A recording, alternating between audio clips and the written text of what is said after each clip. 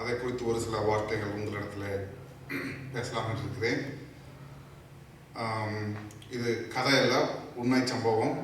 2008 மே 12வது மாதம் சிச்சுவான்ங்கிற இடத்துல சைனாவில் எர்த்குவேக், அதாவது நில நடுக்கம் ஏற்பட்டது.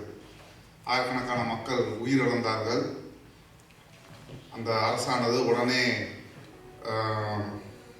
முடுக்கிவிடப்பட்டது. மீட்பு பணியை உடனே முடுக்கிவிடப்பட்டு என்ன செஞ்சாங்க, உடனே அந்த நிலச்சரிவு ஆன இடங்களில் போய் பிள்ளைங்க அந்த கட்டடங்களுக்கு இடையில உள்ள யாராவது உயிரோடு இருக்கிறாங்களா அப்படின்னு சொல்லிட்டு அவங்க என்ன செஞ்சாங்க, ஒவ்வொரு கட்டடமாக ஒவ்வொரு இடத்தையும் அவங்க கிளியர் செஞ்சுக்கிட்டே வந்தாங்க. அப்போ செஞ்சுக்கிட்டு வரும்போது ஒரே ஒரு கட்டடத்தில் அவங்க எடுத்து பார்க்கும்போது ஒரு பெண்மணியானவள் அங்கே உள்ள இருக்கிறது தெரிஞ்சது. அப்போ அந்த பெண்மணியானவளை அவங்க சரி உயிரோடு இருந்தாங்கன்னா என்ன செஞ்சிடலாம், அவங்கள காப்பாற்றிடலாம்னு சொல்லிட்டு அவங்கள தொட்டு பார்க்கும்போது அவங்க உடல் ரொம்ப சில்லுன்னு இருந்தது. அப்போ சரி இந்த பெண்மணியானவர்கள் இறந்து விட்டார்கள் என்று அந்த மீட்பு பணியாளர்கள் நினைத்தார்கள். அப்படி சரி இறந்தவங்களை அவங்க முதல்ல எடுக்கிறது இல்லை, யாரெல்லாம் உயிரோடு இருக்காங்களோ அவங்கள தான் முதல்ல காப்பாற்றணும் அப்படின்னு சொல்லிட்டு சரி அடுத்து வேறு இடங்களுக்கு போய் நம்ம என்ன செய்வோம், ஆட்கள் யாராவது இருக்கிறாங்களான்னு சொல்லிட்டு பார்க்கலான்னு சொல்லிட்டு அவங்க மூவ் பண்ணுற நேரத்தில் அந்த மீட்பு பணியில் உள்ள தலைவர் என்ன செஞ்சாருன்னா, அந்த அம்மா உட்கார்ந்துருந்த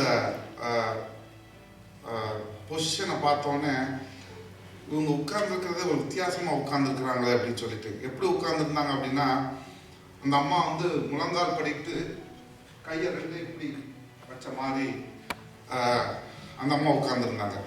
அப்படிங்கும்போது அவர் நினைச்சாரு, ஏன் அந்த அம்மா அப்படி முழங்கால் படிட்டு முதுகை கூணி அவங்க இப்படி கை வச்சிருக்கணும் அப்படின்ட்டு. ஏன்னா அவங்களோட மண்டையிலையும் பலத்த அடி, முதுகுலையும் பலமான அந்த கட்டடம் உளுந்து அடிபட்டது தான் அந்த அம்மா இறந்துட்டாங்க. அப்போ சரின்னு சொல்லிட்டு அவருக்கு ஒரு சின்ன மனசில் நெருடல். என்ன பண்ணினார் அப்படின்னா, அந்த அம்மாவை ஒவ்வொரு கட்டடத்தையாக அந்த இதெல்லாம் விளக்கிட்டு சிமெண்ட் கல் எல்லாத்தையும் விளக்கிட்டு அந்த அம்மாவை பார்க்கும்போது அந்த அம்மா கைக்குள்ளே என்ன இருந்துச்சுன்னா, ஒரு குழந்தை, ஒரு 3 மாத குழந்தை அந்த கைக்குள்ளே பிங்க்கு பெட்ஷீட்டில் நல்லா ரோல் பண்ணி அந்த பிள்ளை அமைதியாக தூங்கிட்டு இருந்திருக்குது. அழுகும் இல்லை, ஒன்றும் இல்லை, நல்லா தூங்கிட்டு இருந்தது.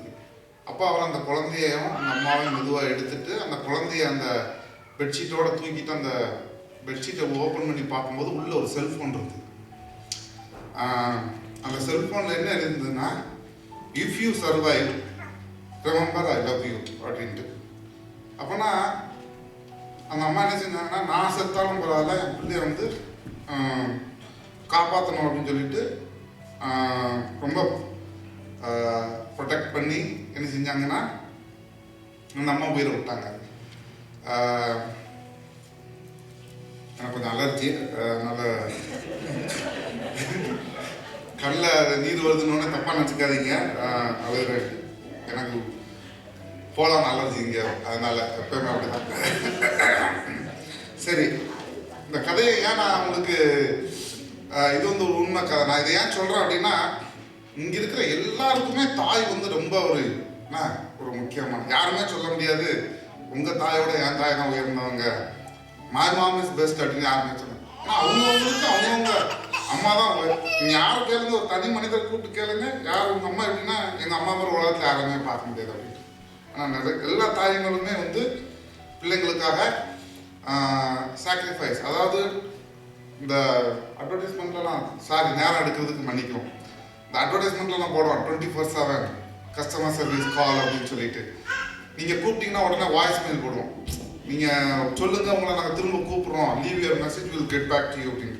ஆனால் தாய் அப்படி கிடையாது. 24/7 அப்படின்னா அது உண்மையான அர்த்தம் யார் அப்படின்னா ஒரு தாய் தான். தகப்பன் எவ்வளவோ கேர் பண்ணலாம் பிள்ளைங்களுக்கு, ஆனால் தாய் தூங்கிக்கிட்டு இருந்தால் கூட பிள்ளைங்க எப்படி என்ன செய்கிறாங்கங்கிறது அவங்க தாய் அவங்களுக்கு இருக்கும். அது என்ன கஷ்டம் வந்தாலும் சரி, தனக்கு உணவு இல்லைனாலும் முதலாவது என்ன செய்வாங்கன்னா, பிள்ளைங்களுக்கு அவங்க சாப்பிட்டு வயிறு நிறைஞ்ச அப்புறம் தான் பிள்ளைங்களும் அந்த அம்மாவோட வயிறு நிறையும். பிள்ளைங்க வயிறு நிறைஞ்சதுன்னா அம்மாவோட வயிறு நிறைஞ்சிடும். அந்த மாதிரி பிள்ளைங்க தான் அவங்களுக்கு முதல்ல முக்கியம். அதனால் எப்போயுமே தாய் ரொம்ப முக்கியம். வேதத்தில் என்ன சொல்லுது அப்படின்னா, ஆண்டவரோட அன்பு எப்படின்னா, ஏசாயா 66வது அதிகாரம் 13வது வசனத்தை பார்த்தீங்கன்னா, ஒருவனை அவன் தாய் தேற்றுவது போல் நான் உன்னை தேற்றுவேன் அப்படின்னு. கடவுள் யாருமே சொல்லலை, உன் மனைவி தேற்றுவது போல் சொல்லலை, உன் மகன் உன்னை தேற்றுவது போல் சொல்லலை. அப்படின்னா கடவுளுக்கு அடுத்தபடியான அன்பு வந்து தாய் தான். தாய் அதான் கடவுளே சொல்றாங்க, ஒருவனே அவன் தாய் தேற்றுவது போல நான் உன்னை. அப்படின்னா கடவுளுக்கு தெரியும் யார் ஃபர்ஸ்ட் வச்சிருக்கிறார் அப்படின்னா தாய் தான். தாயில வந்து கெட்ட தாய் நல்ல தாயெல்லாம் கிடையாது. தாய்னாலே நல்ல தாய் தான். சரிங்களா? எத்தனையோ பிள்ளைங்கள் பெற்றோரை விட்டு போற கதைகள் கேட்டிருக்கோம். எத்தனையோ மனைவிகள் வந்து கணவனை விட்டுட்டு வேற ஒரு கணவனை தேடி போற கதைகள். ஆனால் தாய் பிள்ளையை விட்டுட்டு இன்னொரு பிள்ளையை தேடி போறது கிடையாது. அடுத்த பிள்ளையும் சேர்த்து என்ன செய்வானா, பால் ஊட்டி வளர்ப்பா. அடுத்த பிள்ளையுமே, அதாவது தான் பிள்ளை மட்டும் கிடையாது, அது எந்த பிள்ளையா இருந்தாலும் அதுக்கும் ஒரு தாய் வேணுமே அப்படின்னு சொல்லிட்டு அவள் என்ன செய்வா, அந்த இடத்துல தாய் வந்து தன்னோட தாய்மையை அந்த பிள்ளைங்களுக்கு அவள் கொடுப்பா. இந்த இடத்துல வந்து நிறைய தாய்மார்கள்லாம் இருக்கிறீங்க. உங்களோட தாய்மார்கள் இந்த இடத்துல இல்லாமல் இருக்கலாம். உங்களை நாங்கள் இந்த தாய் தினத்திலே தமிழ் எப்படி சொல்லணும்னு தெரில, மதர்ஸ் டே அன்னைக்கு உங்களை நாங்கள் வந்து ஆண்டவர் வந்து உங்களை இன்னொரு அதிகமாக ஆசீர்வதிக்கணும். நீங்கள் இந்த இடத்துல விட்டு போகும்போது உங்களுக்கு கூட வந்து ஆண்டவரோட அனுக்கிரகம் எப்பொழுதும் கூட இருக்கும். இப்பொழுதும் சிறு பிள்ளைகள் முன் வந்து தாமசம் உங்கள் பிள்ளைங்களை கொஞ்சம் 2 பிள்ளைங்க வச்சு பூ கொடுக்குது.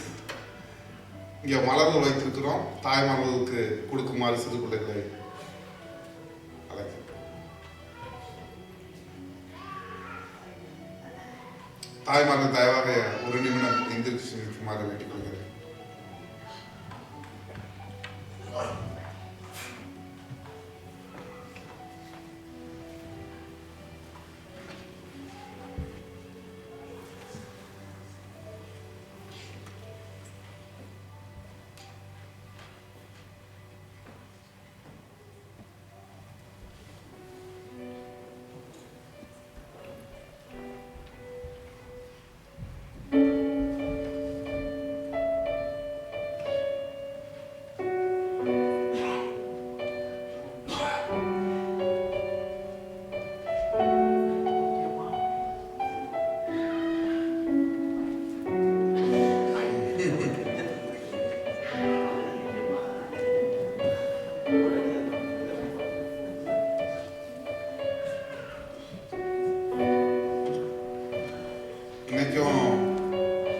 பிள்ளைகள் வந்து தாய் சொல்றதான் அதிகமாக கேட்பாங்க தகப்பன் சொல்றதை விட. அதனால வந்து ஆண்டவர் வந்து தாய்க்கு ஒரு முக்கியமான பொறுப்பு கொடுத்துருக்கிறாரு. தாய்மார்கள் வந்து பிள்ளைங்களை நீங்க எப்படி சொல்லி வளர்க்குறீங்களோ, ஆலயத்துக்கு போக வேண்டும் என்று நீங்கள் சொன்னீங்கன்னா பிள்ளைங்க போவாங்க. இல்லை இன்னைக்கு ஒரு மாதிரி உங்களுக்கு உடம்பு சரியில்லாம இருக்குது, நீ போக வேண்டாம் அப்படின்னு சொன்னா பிள்ளைங்களும் நினைச்சுவாங்க, தாய் சொல்லிட்டாங்கன்னு சொல்லிட்டு ஆலயத்துக்கு போக மாட்டாங்க. ஓய்வு நாள், நம்ம ஓய்வு நாளுக்கு முன்னாடி என்ன செய்யணும் அப்படின்னு தாய் என்ன செய்யணும், தகப்பனோட தாய் சொல்றதான் பிள்ளைங்க கேட்கறதுனால தாய் அதிகமான பங்கு வளர்க்குறதுக்கு என்ன செய்யணும், முன் வரணும்.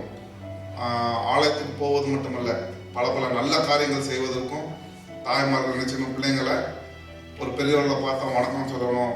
ஒரு சின்ன காரியங்கள் நான் சொல்ல வேண்டியதில் தெரியும், பட் இருந்தாலும் அப்படிப்பட்ட காரியங்கள் வந்து சொல்லணும். இப்பொழுது நான் என்ன செய்யறேன்னா, இந்த நேரத்தில் இந்த இடத்துல அதிக வயதுள்ள தாய் எந்திரிச்சு நிற்குமாறு நினைக்கிறேன். நான் நினைக்கிறேன் எட்வின் அவங்க எந்திரிச்சு நிற்குமாறு அவங்க தான் வயதான தாய்கள் நினைக்கிறேன். வேற யாராவது இருக்கிறீங்களா? ஒரு நிமிடம் எந்திரிச்சு நிற்குமாறு.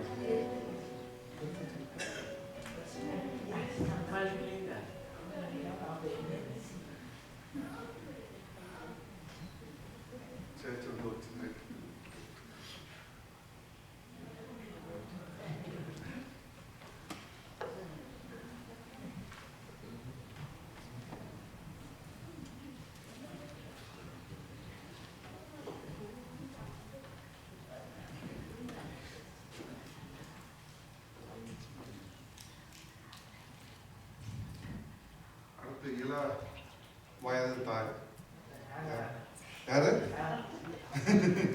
இல்ல அவங்க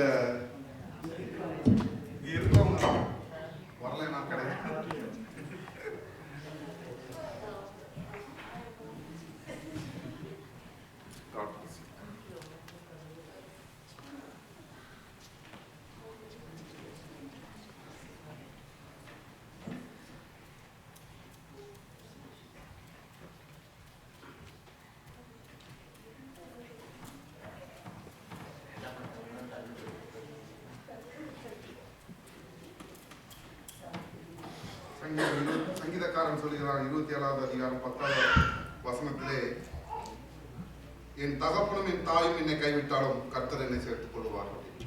கர்த்தர் ஆண்டவர் உங்களோடு எப்பொழுதும் இருப்பார்கள். இப்பொழுதும் நமக்கு ரமேஷ் அவர்கள் ஒரு அருமையான பாடலை